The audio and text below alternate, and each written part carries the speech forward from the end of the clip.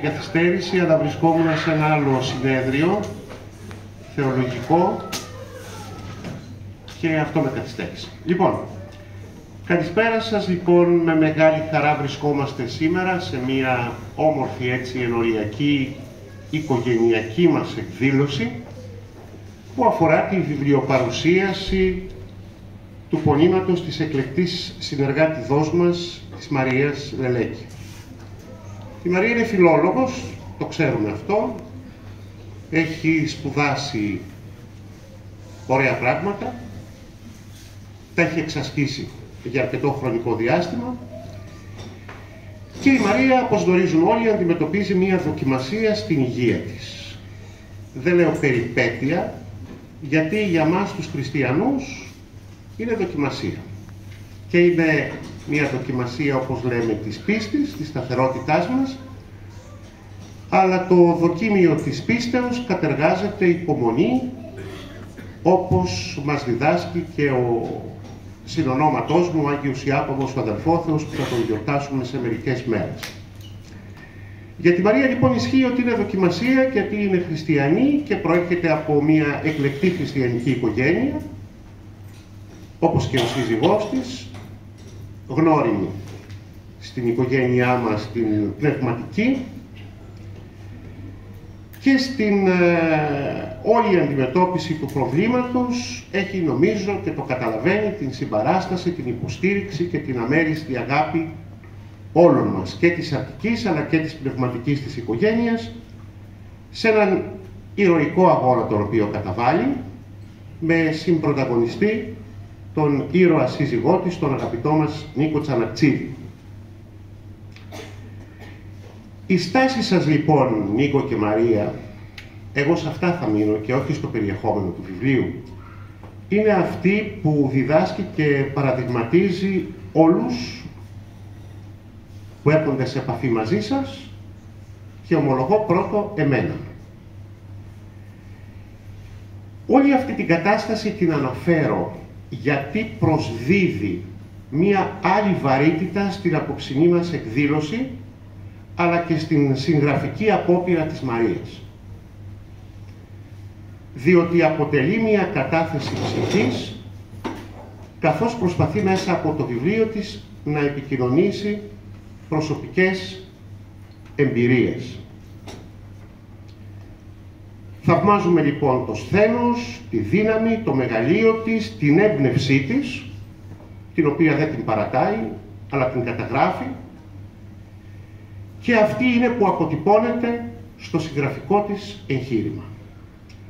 Αυτό έχει επίσης ιδιαίτερη βαρύτητα. Και νομίζω από ότι άρχισα να καταλαβαίνω από μερικά από αυτά που μου λέει, ότι ήδη σχηματίζεται στο μυαλουδάκι της και μία νέα έμπνευση, ωραία, η οποία θα αποτυπωθεί και αυτή πιθανότατα στη συνέχεια σε κάποιο βιβλίο. Ήδη έχει πραγματοποιηθεί μια πρώτη παρουσίαση από τον εκδοτικό οίκο, αλλά επειδή η έκδοση ενός τέτοιου βιβλίου από ένα τέτοιο πρόσωπο είναι και ενοριακή μας υπόθεση, γι' αυτό και την πραγματοποιούμε εδώ. Ευχαριστούμε τον εκδοτικό οίκο και εμείς, μαζί με τη Μαρία, που της εμπιστεύτηκε και εξέδωσε το βιβλίο της. Ευχαριστούμε τους φίλους που επομίστηκαν την βιβλιοπαρουσίαση, με πρώτο εδώ τον εκλεκτό μου και φίλτατο συνεργάτη, τον Γιάννη Ρουκούδη, μουσικολόγο, εκπαιδευτικό, κάτοχο 2 μεταπτυχιακών τίτλων και υποψήφιο διδάκτορα, τον Ανδρέα το Πεπέ, δικηγόρο και υποψήφιο, μάλλον διδάκτορα ήδη, αλλά υποψήφιο κληρικό, τον αγαπητό μας φίλο Κωνσταντίνο, ο οποίος είναι και Ηρακλής και αυτό έχει ιδιαίτερο κύρος. Λοιπόν, ευχόμαστε όλους, χαιρετίζουμε όλους βέβαια για την παρουσία σας. Καλοτάξιδο λοιπόν το βιβλίο σου Μαράκη, ευλογημένη η πορεία του, και εμείς ευχόμαστε πέρα από την ψυχαγωγία να αποβεί ωφέλιμο και στον αναγνώστη, έχοντας υπόψη όλα αυτά τα οποία έτσι ταπεινά προανέφερα. Ευχαριστώ.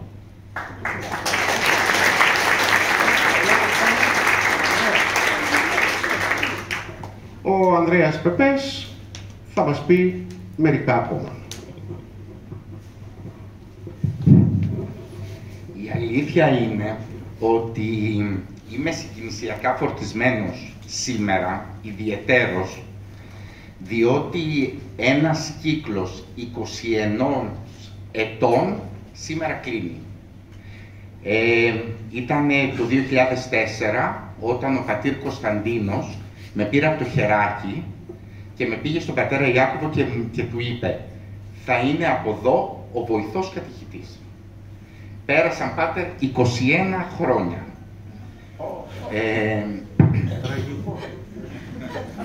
Η αλήθεια είναι ότι γνώρισα σε αυτά τα 21 χρόνια ανθρώπους, συνεργάστηκα, έκανα φίλους, παντρεύτηκα με άνθρωπο που δραστηριοποιούνται στο ναό,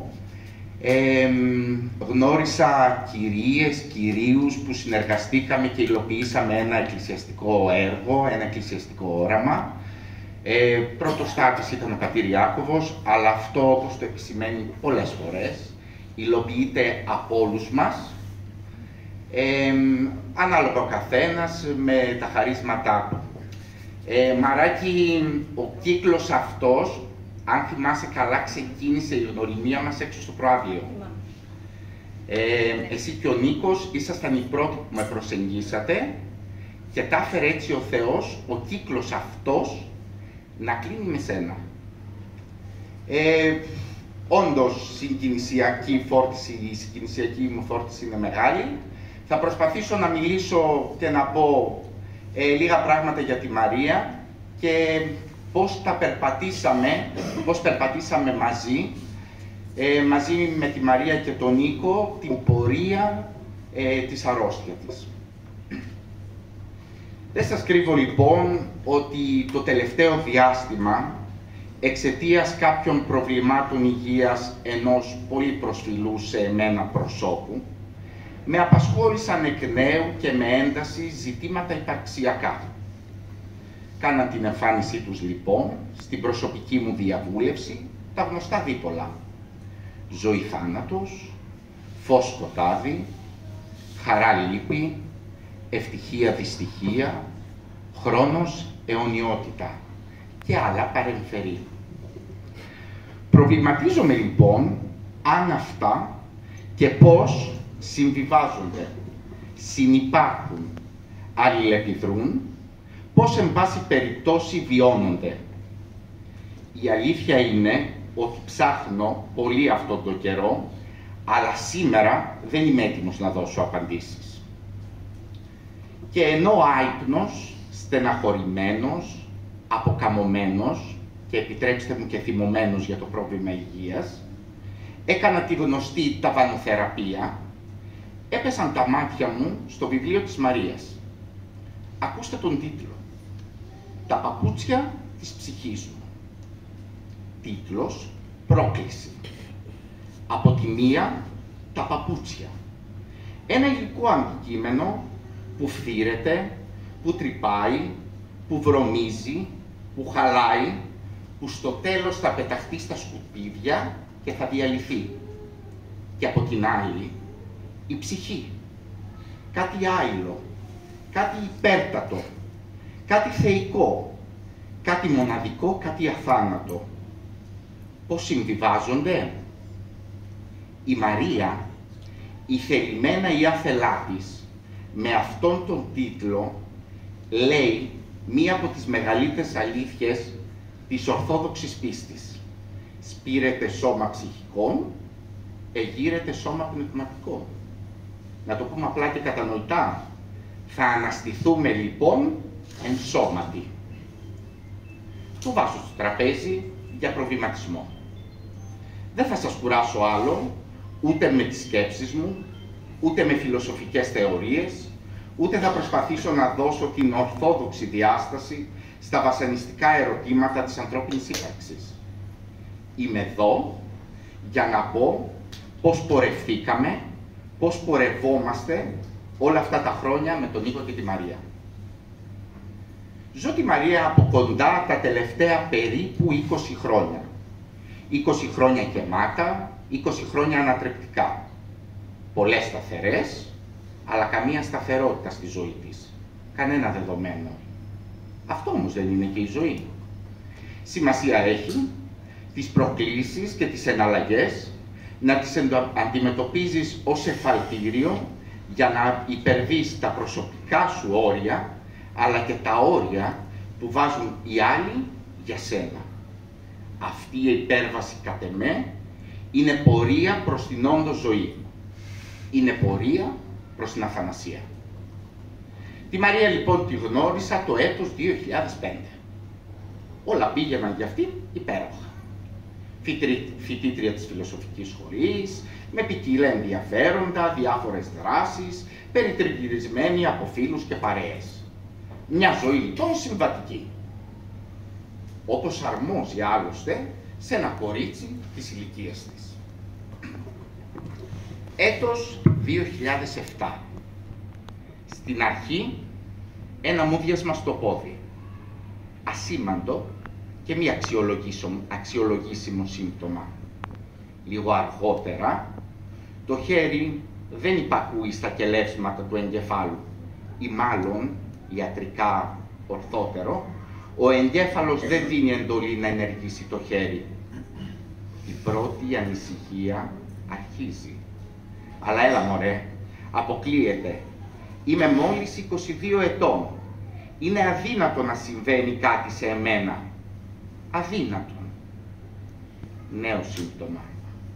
Ένα πρωινό, το βλέφαρο του Μαρτιού αρνείται να σηκωθεί και να αποκαλύψει στη Μαρία το φως του ηλίου. Το αυτονόητο δεν υλοποιείται. Τελικά, όντως κάτι δεν πάει καλά. Γιατροί όλων των ειδικοτήτων κάνουν την εμφάνισή τους. Οι εξετάσεις διαδέχονται η μία την άλλη. Τα αποτελέσματα αργούν. Θέλουν τον χρόνο τους, λένε. Μια μέρα, ένας αιώνας. Αγωνίες, αϊπνίες, καρδιοχτύπια, απορίες, αναζητήσεις και κυρίως φόβος. 5 αραδιασμένες στιγνές, δυσνόητες ιατρικές λέξεις, οδηγούν σε ένα συμπέρασμα που τις αλλάζουν την ζωή. Πολλαπλή σκλήρυνση κατά πλάκας. Το πήρε όλο το πακέτο. Πολλαπλή είναι η σκλήρυνση. Σοκ. Δεν βρίσκει την πόρτα να βγει από το γραφείο του γιατρού. Ο αέρας λιγοστεύει.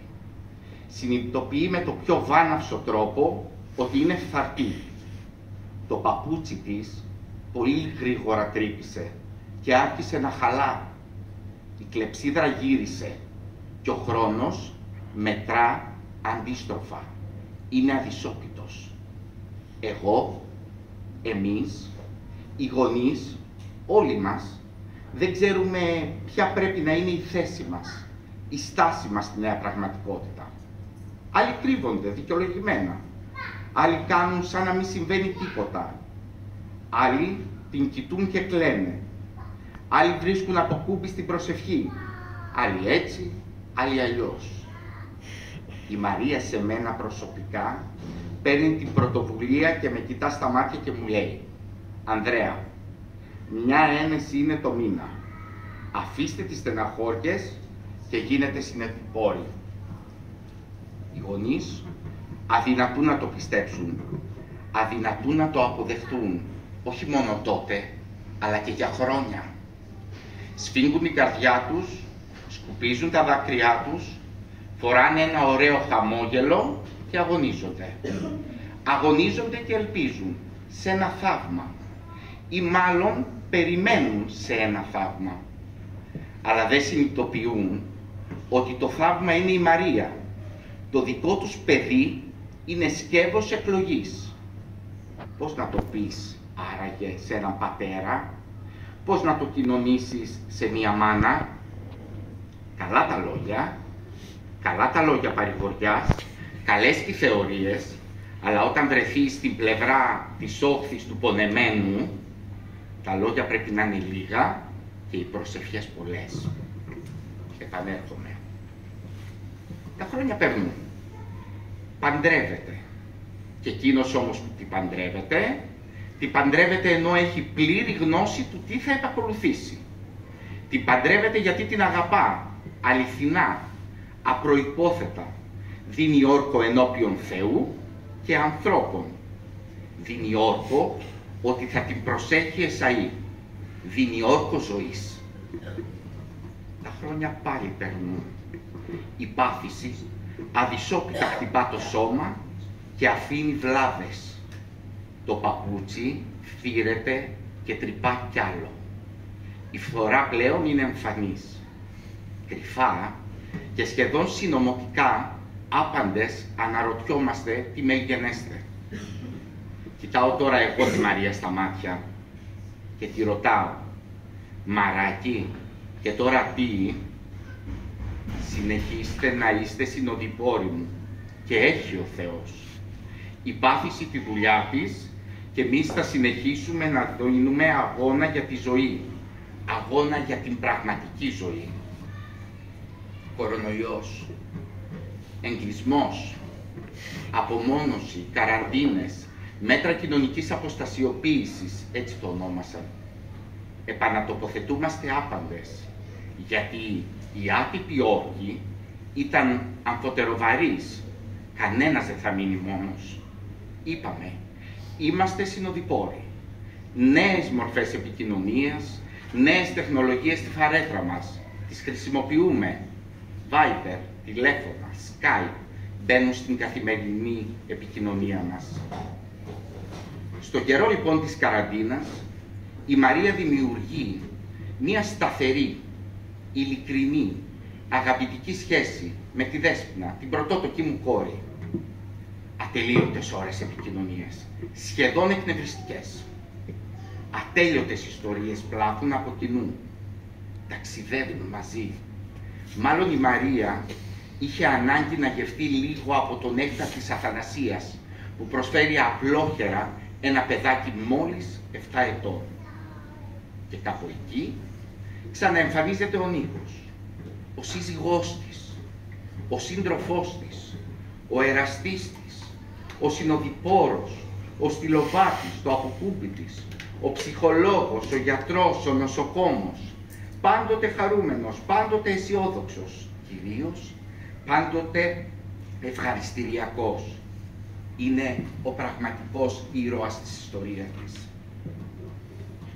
Αν ρωτήσει κανείς τη Μαρία τι είναι ο Νίκος για σένα, εκείνη θα απαντήσει τα πάντα. Τετριμένο για κάποιους, νοηματοδοτημένο για αυτήν. Επανερχόμαστε. Ο Νίκος παροτρύνει τη Μαρία να αποτυπώσει γραπτά μία από αυτές τις ιστορίες που δημιούργησα με τη Δέσποινα ή κάποια άλλη δική της. Και η Μαρία τον ακούει και το κάνει πράξη. Δωρίζει στον άνθρωπό της, δωρίζει κυρίως στον εαυτό της ένα δώρο ζωής, ένα δώρο αθανασίας. Η Μαρία γεννά, η Μαρία νικάει τον θάνατο. Για ακόμη μια φορά αλληλοεκπλήσονται. Θα ήθελα να κλείσω την παρούσα ομιλία μου με 2-3 αράδες λέξεων παρμένες από το Ευαγγέλιο, τα οποία αποτελούν για μένα οδοδείκτη ζωής. «Εν το κόσμο τούτο θλίψιν έξετε, αλλά θαρσείτε. Εγώ νίκηκα τον κόσμο». Δεν τον νίκησε μόνο γιατί εκούσια, ταπεινωτικά και υπομονετικά σταυρώθηκε. Τον νίκησε γιατί αναστήθηκε, προσφέροντας σε όλους μας την ελπίδα της Αναστάσεως.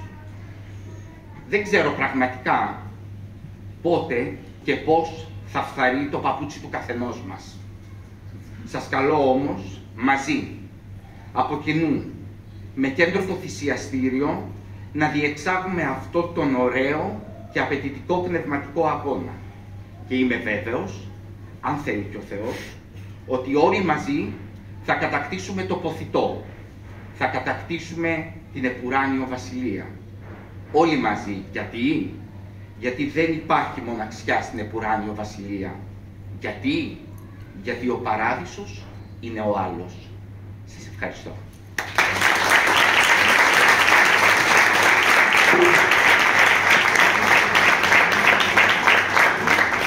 Μα τι εντυπωσιακά τα λέει, έτσι. Προσυπογράφουμε σε όλα και μάλιστα και κάποιες έτσι πληροφορίες που πήρα που δεν τις ήξερα για την έμπνευση έτσι, του συγγραφικού πονήματος της Μαρίας. Δεν θα φύγετε. Αν θα φύγετε θέλω να χαιρετήσετε. Αν δεν θέλετε θα χαιρετήσετε μετά τον Κωνσταντίνο. Στο τέλος. Λοιπόν, πώς θα παρουσιάζουμε? Ο Κωνσταντίνο, ναι, αλλά Κωνσταντίνο άθλη Δημητρίου, ποδοσφαιριστής του Ηρακλή και φίλος της Μαρίας. Ωραία, θα μας καταθέσει την δική του έτσι, εμπειρία από την ανάγνωση, το διάβασε στο βιβλίο, έτσι. Μπράβο. Εγώ όχι. Ναι. Είπαμε λόγια έτσι, διάφορα. Το βιβλίο βέβαια το διάβασα εντελεχώς και θα μας το αναπτύξει εδώ ο συνεργάτης μας, ο Γιάννης Ορκούδης, αλλά ας ακούσουμε και την εμπειρία του Κωνσταντίνου, του φίλου μας. Καλησπέρα και από μένα. Για αρχή θα ήθελα να ευχαριστήσω τη φίλη μου τη Μαρία και τον φίλο μου τον Νίκο για την τιμή που με καλέσαν εδώ να μιλήσω για το βιβλίο της. Εγώ ευχαριστώ πάρα πολύ. Έτσι κι εγώ, όπως ο πρωταγωνιστής μας, ξεκίνησα από πιτσιρικάς στις αλάνες της γειτονιάς μου να προσπαθώ να πετύχω το όνειρό μου να παίξω ποδόσφαιρο, με μόνο στόχο αυτό, χωρίς να ξέρω τις συνέπειες και το τι εστί να είναι επάγγελμα και όχι απλά ένα χόμπι. Μεγαλώνοντας το πέτυχα και νιώθω περήφανος γι' αυτό. Θα έλεγα πως είναι ένα επάγγελμα αρκετά εύκολο, πολύ διαφορετικό από όλα τα υπόλοιπα. Μικρό βαθμό δυσκολίας στην καθημερινότητα, άπειρο ελεύθερο χρόνο, παρά μόνο με δύο κινδύνους που δεν τους ξέρει κανένας νέος και δεν τους περιμένει ποτέ, αν δεν το ζήσει. Ένα είναι το ότι κάθε λεπτό καθημερινά κρίνεσαι συνεχώς και το λεπτό που δεν θα είσαι καλός να το πω μπορεί να είναι επιβλαβές για σένα και για το μέλλον σου, που αυτό συνηθίζεται με τον καιρό, το ξεπερνάς, το παλεύεις, και το άλλο είναι οι τραυματισμοί. Είναι ένα βαθύ σκοτάδι που πέρα από τους ανθρώπους που είναι δίπλα μας και εμάς τους ίδιους που το ζούμε, ίσως να μην μπορεί κανένας άλλος να το καταλάβει, γιατί βυθίζεσαι πραγματικά στη μοναξιά. Εκείνες τις στιγμές νιώθεις ότι κανείς δεν είναι δίπλα σου, κανένας δεν θα υποστηρίξει σε αυτή την τόσο δύσκολη στιγμή, πόσο μάλλον από το χώρο σου, σε ξεχνάνε όλοι, είναι δύσκολο. Σκέφτεσαι ότι χάνεις τη γη κάτω από τα πόδια σου και ψάχνεις μια δύναμη για να σηκωθείς, που ειδικά τον πρώτο καιρό που βιώνεις μια τέτοια κατάσταση δεν τη βρίσκεις πουθενά. Δεν κοιμάσαι τα βράδια, ξυπνάς το πρωί χωρίς νόημα και σκέφτεσαι μόνο αυτό το πράγμα, ότι κάτι σε απασχολεί και δεν μπορείς να αποδώσεις. Εκεί θα έρθω στο βιβλίο και στη Μαρία συγκεκριμένα, που είναι παράδειγμα για αυτή τη δύναμη, ότι όσο δύσκολο κι αν είναι, αν καταφέρεις και τη βρεις και βρεις το νόημα να βρεις αυτή τη δύναμη, κανένα πρόβλημα δεν είναι μεγάλο, όλα παλεύονται και όλα μπορούν να ξεπεραστούν. Τέλος, θα ήθελα να κλείσω με την ευχή μου σε όλους εσάς να είστε τυχεροί και να έχετε ανθρώπους σαν τη Μαρία στη ζωή σας και να σας δίνουν αυτή τη δύναμη να μαθαίνετε πώς είναι να ζεις με αυτό. Και εννοείται καλοτάξει αυτό το βιβλίο σου. Ευχαριστώ πάρα πολύ. Και εύχομαι τα καλύτερα. Να σε κάνεις. Ευχαριστώ. Εγώ ευχαριστώ.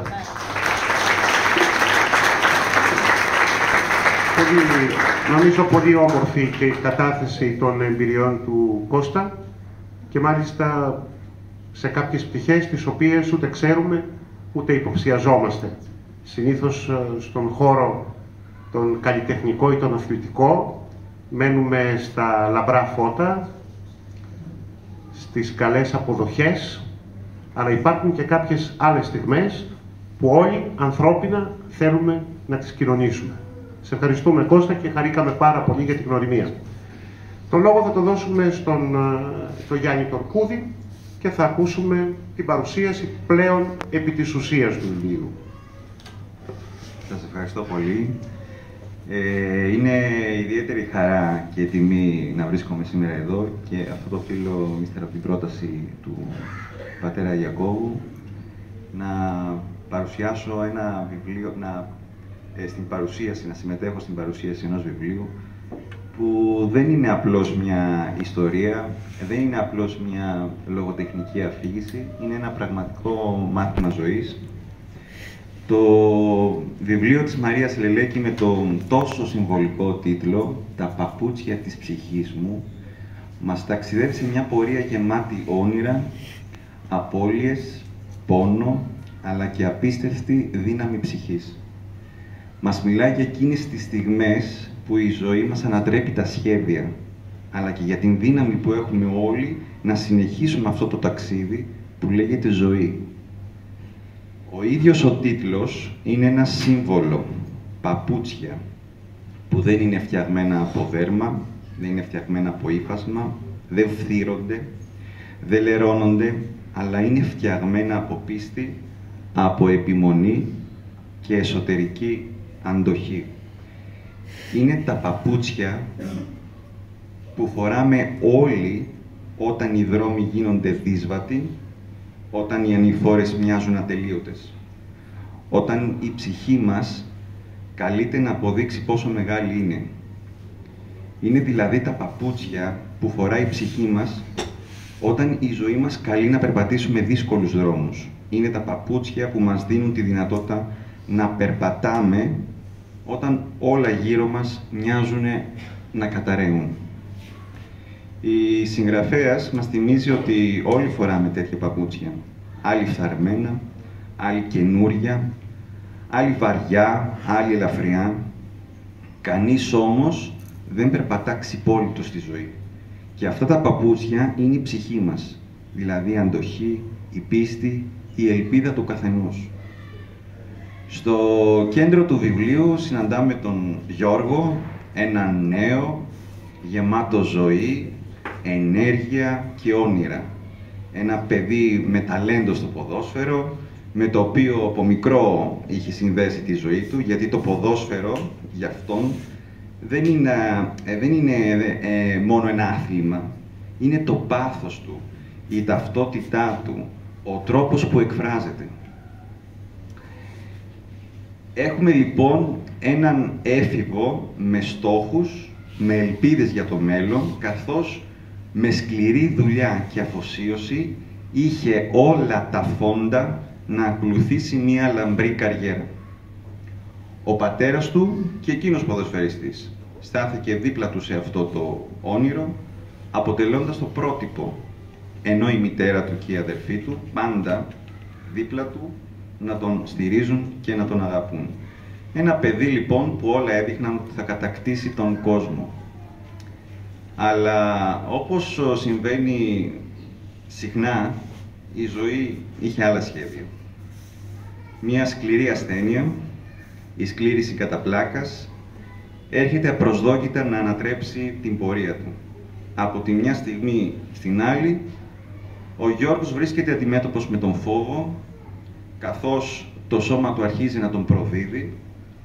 Εκεί όπου ένιωθε παντοδύναμος, ξαφνικά αισθάνεται αδύναμος. Εκεί που έβλεπε το μέλλον ανοιχτό, τώρα βλέπει εμπόδιο.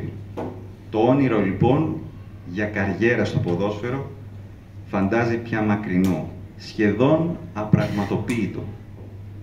Κι όμως, εδώ ακριβώς βρίσκεται η δύναμη του βιβλίου. Δεν είναι μια ιστορία ήττας, είναι μια ιστορία αγώνα. Η συγγραφέας δεν μας αφήνει να βυθιστούμε στο σκοτάδι, γιατί ο Γιώργος δεν είναι απλώς ένα θύμα των συνθηκών, είναι ένας μαχητής. Πέφτει, πονά, λυγίζει, αλλά σηκώνεται ξανά. Από εκεί που ο Γιώργος ονειρευόταν να τρέχει στα γήπεδα, τώρα καλείται να μάθει να στέκεται ξανά.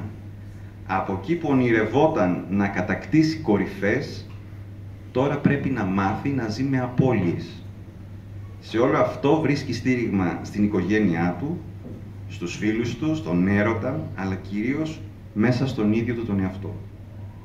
Η Μαρία Λελέκη μας δείχνει με λεπτομέρειες ότι ο άνθρωπος δεν παλεύει ποτέ μόνος του. Ο Γιώργος έχει δίπλα του την οικογένειά του. Οι γονείς του δεν είναι τέλειοι, είναι όμως παρόντες. Δίνουν αγάπη, δίνουν δύναμη, δίνουν πίστη. Ο πατέρας του Δημήτρης του δείχνει ότι η αξία δεν βρίσκεται μόνο στις νίκες του γηπέδου, αλλά στην δύναμη του χαρακτήρα. Η μητέρα του, η Μαρία, είναι τρυφερότητα, είναι η τρυφερότητα, είναι η σταθερότητα που χρειάζεται. Η μικρή του η αδερφή, η ελπίδα, η οποία με το όνομά της και μόνο μας θυμίζει ότι το μέλλον υπάρχει ακόμα και αν είναι διαφορετικό. Τους φίλους του που είναι πιστοί, που μοιράζονται τα όνειρα και τις ανησυχίες του, που δεν τον εγκαταλείπουν στις δύσκολες στιγμές, αλλά μένουν δίπλα του και τον θυμίζουν τι σημαίνει αληθινή συντροφικότητα. Υπάρχει και η αντιπαλότητα βέβαια με τον Πέτρο, μας δείχνει την άλλη όψη, τον εγωισμό, τη ζήλια, τον ανταγωνισμό, τις μικρότητες που συχνά πληγώνουν τους ανθρώπους, δηλαδή την ανθρώπινη αδυναμία. Τον έρωτα, που γίνεται σανίδα σωτηρίας, γιατί κανένας αγώνας δεν κερδίζεται χωρίς αγάπη. Όλοι αυτοί οι χαρακτήρες είναι καθρέφτης της κοινωνίας μας. Μας δείχνουν ότι στις χαρές και στις δυσκολίες αυτό που μετράει είναι οι σχέσεις, οι δεσμοί, η κοινότητα. Έτσι, ο Γιώργος δεν είναι ποτέ μόνος του στον αγώνα αυτό. Και αυτό είναι ένα από τα μεγαλύτερα διδάγματα του βιβλίου. Η ανθρώπινη κοινότητα, η οικογένεια, οι φίλοι και οι δεσμοί που μας στηρίζουν. Η συγγραφέας μας δείχνει με τρυφερότητα και αλήθεια ότι η ζωή δεν μετριέται από τα πόσα πετύχαμε, αλλά από το πόσες φορές σηκωθήκαμε όταν όλα έμοιαζαν χαμένα. Και εδώ θέλω να αναφερθώ στα 5 μηνύματα του βιβλίου. Το πρώτο μεγάλο μήνυμα είναι ότι ο άνθρωπος έχει μέσα του μία δύναμη που δεν τη φαντάζεται. Αυτή η δύναμη βγαίνει, την ανακαλύπτει όταν βρεθεί μπροστά σε δοκιμασίες. Ο Γιώργος, παρά τον πόνο, παρά την απώλεια, παρά τις απογοητεύσεις, φορά τα παπούτσια της ψυχής του και συνεχίζει να προχωρά. Βρίσκει τον τρόπο να σταθεί όρθιος. Εδώ η συγγραφέας μας δείχνει ότι η πραγματική δύναμη δεν είναι η σωματική, αλλά η ψυχική. Δεύτερο μήνυμα. Η αξία της αγάπης και της στήριξης. Κανείς δεν παλεύει μόνος του. Η οικογένεια του Γιώργου, οι φίλοι του, οι άνθρωποι που τον αγαπούν, γίνονται οι δικοί του σύμμαχοι και το θεμέλιο πάνω στο οποίο χτίζει ξανά τη ζωή του. Το βιβλίο μας θυμίζει πως η αγάπη είναι φάρμακο, είναι δύναμη, είναι ο λόγος που στεκόμαστε όρθιοι. Χωρίς αγάπη, ο άνθρωπος καταραίει. Τρίτο μήνυμα. Η αποδοχή και η αξιοπρέπεια. Ο ήρωας μαθαίνει να συμβιβάζεται με τα νέα δεδομένα, χωρίς όμως να παραιτείται από τη ζωή. Δεν αρνείται τον πόνο, αλλά τον μετατρέπει σε δύναμη. Η ασθένεια δεν ορίζει την αξία του, είναι μέρος της διαδρομής του, όχι το τέλος της. Το βιβλίο μιλάει για σεβασμό. Το βιβλίο μιλάει με σεβασμό για την ασθένεια. Δεν ωρεοποιεί, δεν κρύβει, αλλά ούτε και καταρακώνει. Δείχνει πως η αξιοπρέπεια κρύβεται στο να ζεις με αυτό που σου έτυχε, χωρίς να παραιτήσει από την ζωή. Τέταρτο μήνυμα. Η κοινωνική διάσταση. Η Μαρία δεν μένει μόνο στο ατομικό. Μέσα από τις σελίδες βλέπουμε και τις δυσκολίες που συναντούν οι άνθρωποι με κινητικά προβλήματα. Τα εμπόδια στους δρόμους, η έλλειψη ραμπών, οι καθημερινές ανισότητες. Δείχνει μια κοινωνία που δεν έχει ακόμη μάθει να χωράει όλους τους ανθρώπους. Και αυτό είναι μια υπενθύμηση προς όλους μας ότι η κοινωνία κρίνεται από το πώς στέκεται δίπλα στους πιο ευάλωτους. Και αυτό είναι ένα κάλεσμα για μια πιο δίκαιη και για μια πιο συμπεριληπτική κοινωνία. Πέμπτο μήνυμα. Το μήνυμα της ελπίδας. Πάνω απ' όλα το βιβλίο είναι ένας ύμνος στην ελπίδα, δείχνοντας ακόμη κι αν η ζωή μας κλείσει μια πόρτα, πάντα υπάρχει ένας άλλος δρόμος. Ακόμα κι αν τα όνειρα αλλάξουν μορφή, η ζωή δεν χάνει την αξία της. Ακόμη κι αν το αύριο είναι διαφορετικό από αυτό που φανταζόμασταν, μπορεί να είναι όμορφο. Η ζωή δεν σταματά, αλλάζει και αξίζει να τη ζεις. Και θα ρωτήσει κανείς, γιατί αυτή η ιστορία μας αφορά όλους. Γιατί, φίλες και φίλοι, όλοι στη ζωή μας έχουμε ή θα έχουμε στιγμές που θα χρειαστεί να φορέσουμε τα δικά μας παπούτσια της ψυχής. Μπορεί να είναι μια ασθένεια, μια απώλεια, μια απογοήτευση, μια μεγάλη αλλαγή. Κανείς δεν ζει χωρίς δοκιμασίες. Το ζήτημα λοιπόν δεν είναι αν θα πέσουμε, αλλά αν θα βρούμε τη δύναμη και το κουράγιο να ξανασηκωθούμε. Το βιβλίο μας θυμίζει ότι δεν κρινόμαστε από τις επιτυχίες μας, αλλά από το πώς στεκόμαστε στις ήττες μας. Μας υπενθυμίζει ότι η αξία μας δεν κρίνεται από το αν θα κατακτήσουμε κορυφές, αλλά από το αν περπατήσαμε τον δύσκολο δρόμο με αξιοπρέπεια.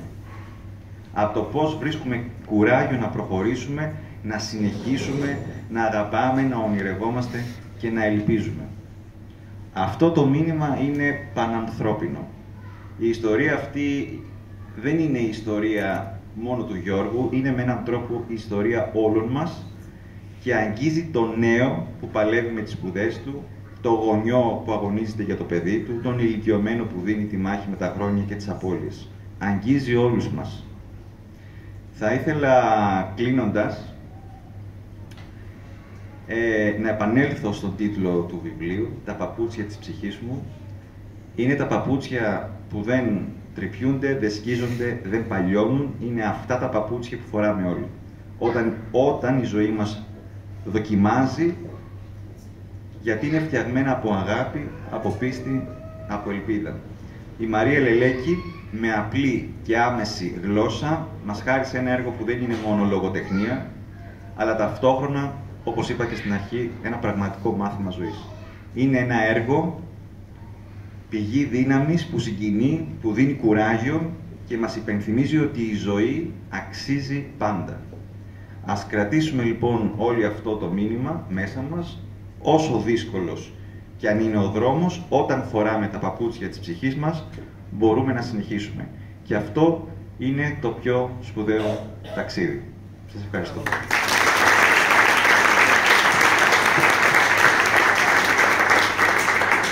Ευχαριστούμε τον Γιάννη για την εμπεριστατωμένη και επιστημονική του ανάλυση για το βιβλίο. Τώρα αρχίζω λίγο και καταλαβαίνω και εγώ την υπόθεση που δεν τη διάβασα. Είπαμε, ο Γιώργος είναι 17 χρονών και ποδοσφαιριστής. Αν αποφασίσει ποτέ να γράψει και αυτός κανένα βιβλίο, εμείς θα του το βιβλίο παρουσιάσουμε. Λοιπόν, πρωτού περάσουμε στην Μαρία και στην αποφώνηση, θα είναι χαρά μας και τιμή μας να έχουμε τον κύριο Πέτρο Παπά, φίλο πλέον και μπορούμε να πούμε και μέλος της οικογένειάς μας. Είναι βουλευτής του Κιλκής και υποψήφιος βουλευτής στην Θεσσαλονίκη, αλλά κυρίως είναι φίλος και είναι φίλος της ενορίας μας και τον χαιρόμαστε πάρα πολύ. Δεν κάναμε ιδιαίτερες προσκλήσεις, όποιος ήθελε ανταποκρίθηκε.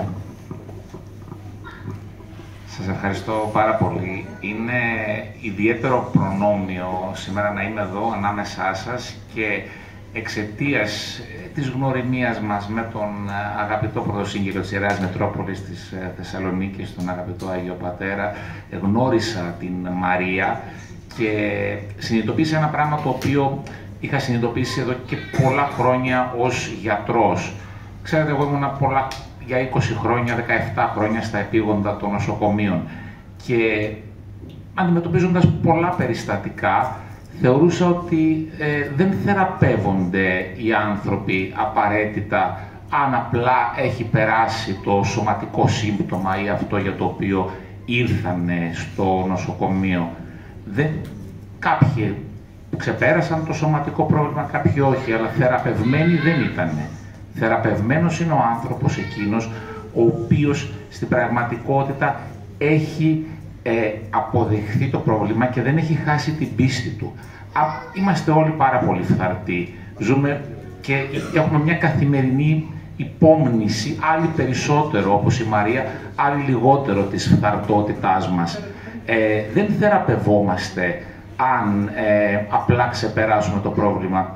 Αν δεν έχουμε χάσει την πίστη μας, τότε μόνο μπορούμε να θεωρηθούμε θεραπευμένοι. Αν συνειδητοποιήσουμε ότι ο πολύ λίγος χρόνος που έχουμε σε αυτή τη ζωή είναι μια πορεία η οποία είναι μια πορεία μοιράσματος, μια πορεία δύναμης, μια πορεία ολοκλήρωσης, η οποία μόνο μέσα από το μοίρασμα, μέσα από την αγάπη μπορεί να μας οδηγήσει κάπου, μόνο τότε έχουμε μια πραγματική θεραπεία και μόνο τότε μπορούμε να θεωρηθούμε ότι έχουμε ολοκληρωθεί και είμαστε ολόκληροι και θεραπευμένοι. Και δεν έχει σημασία αν το θυμόμαστε καθημερινά ή όχι, γιατί όλοι φθαρτοί είμαστε και όλοι εν δυνάμει, θα έχουμε πολλά προβλήματα στη ζωή μας και έχουμε καθημερινά. Οπότε, για να μην σας κουράζω περισσότερο, βλέποντας τη Μαρία, η Μαρία είναι ένας άνθρωπος ολόκληρος, είναι ένας άνθρωπος θεραπευμένος,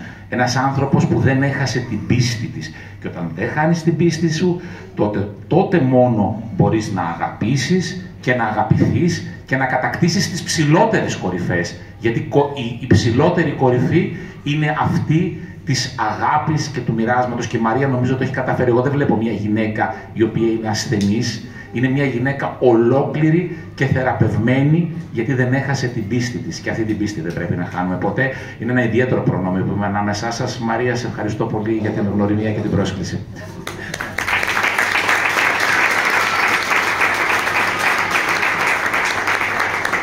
Την αποφώνηση της εκδήλωσης συνηθίζεται να την κάνει ο συγγραφέας, οπότε ο λόγος στη Μαρία να ακούσουμε τη δική της κατάθεση πάνω στις εμπειρίες τις οποίες ήδη έχει εκδώσει. Λοιπόν, καλησπέρα σας και σας ευχαριστώ πάρα πολύ που με τιμήσατε με την παρουσία σας. Στην παρουσίαση του πρώτου μου βιβλίου. Θέλω να ευχαριστήσω τον πατέρα Ιάκωβο Αθανασίου, πρωτοσύγκελο της Ιεράς Μητρόπολης της Θεσσαλονίκης και προϊστάμενο του Ιερού Ναού του Αγίου Θεράποντος και πνευματικού μου πατέρα τα τελευταία 25 χρόνια. Τα παπούτσια της ψυχής μου είναι η πρώτη μου συγγραφική απόπειρα. Ξεκίνησε πολύ δειλά και έπειτα από παρότριση του συζύγου μου Νίκου και του γιατρού μου. Έτσι αποφάσισα να γράψω ένα βιβλίο επιλέγοντας ένα θέμα που θα το γνωρίζω καλά και να περάσω σε όλους τους ανθρώπους μηνύματα αισιοδοξίας, θέλησης για ζωή, ακόμα και όταν τα πράγματα δεν πηγαίνουν ευχάριστα στη ζωή μας. Ελπίζω και εύχομαι να το έχω πετύχει αυτό. Το πρόβλημα της υγείας μου, διαγνώστηκα με σκληρής καταπλάκας το 2007, μπορώ να ομολογήσω ότι μου δίδαξε πάρα πολλά πράγματα. Με το βασικότερο όλων, ότι πρέπει να δεχόμαστε όλα όσα μας στέλνει ο Θεός. Και τα ευχάριστα και τα δυσάριστα. Και να μην χάνουμε ποτέ την πίστη μας και την αισιοδοξία μας.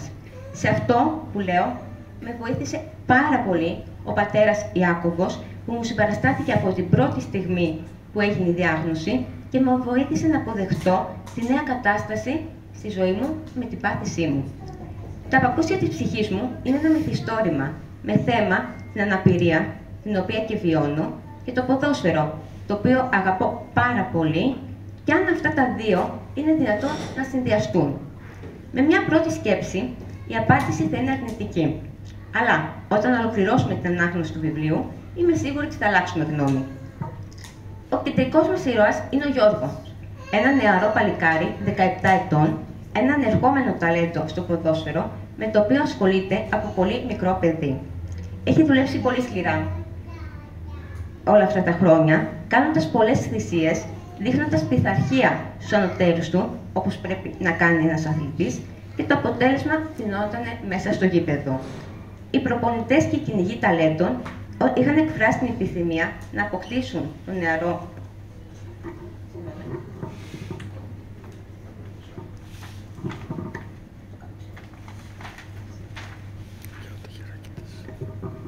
στην ομάδα τους, αναγνωρίζοντας τις άριστες ικανότητές του.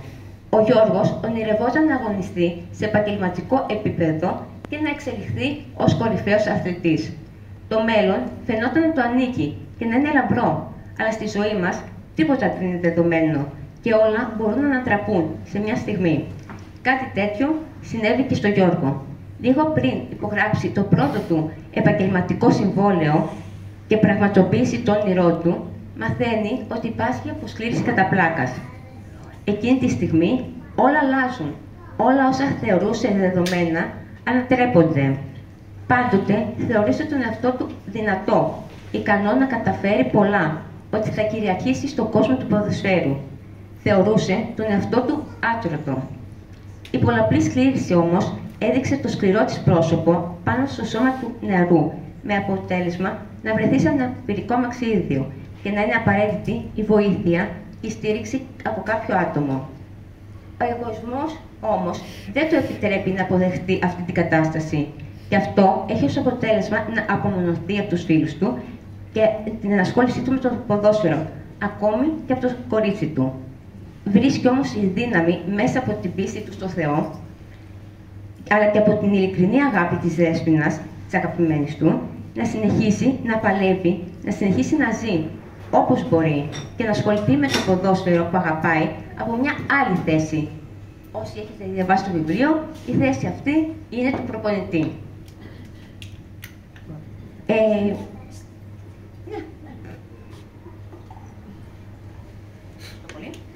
Λοιπόν,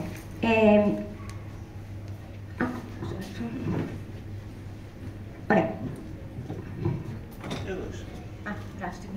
Λοιπόν, τις αγαπημένες να συνεχίσει να παλεύει, ναι, να συνεχίσει να ζει όπως μπορεί και να ασχοληθεί με το ποδόσφαιρο από μια άλλη θέση, γιατί τα όνειρα που κάνουμε στη ζωή μας δεν σταματούν και δεν πρέπει να σταματούν. Απλά κάποιες φορές αλλάζουν.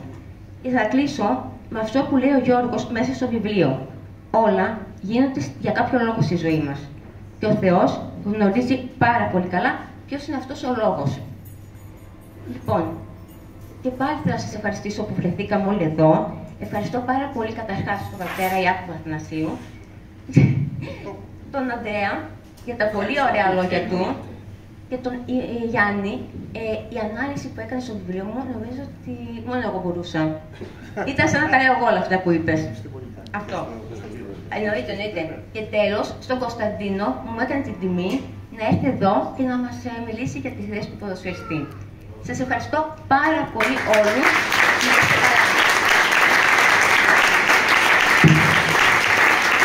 Καλό βράδυ σε όλους και εγώ ευχαριστώ για την παρουσία σας και να μην ξεχνιόμαστε, αγοράστε και κανένα βιβλίο, έτσι. Μπράβο.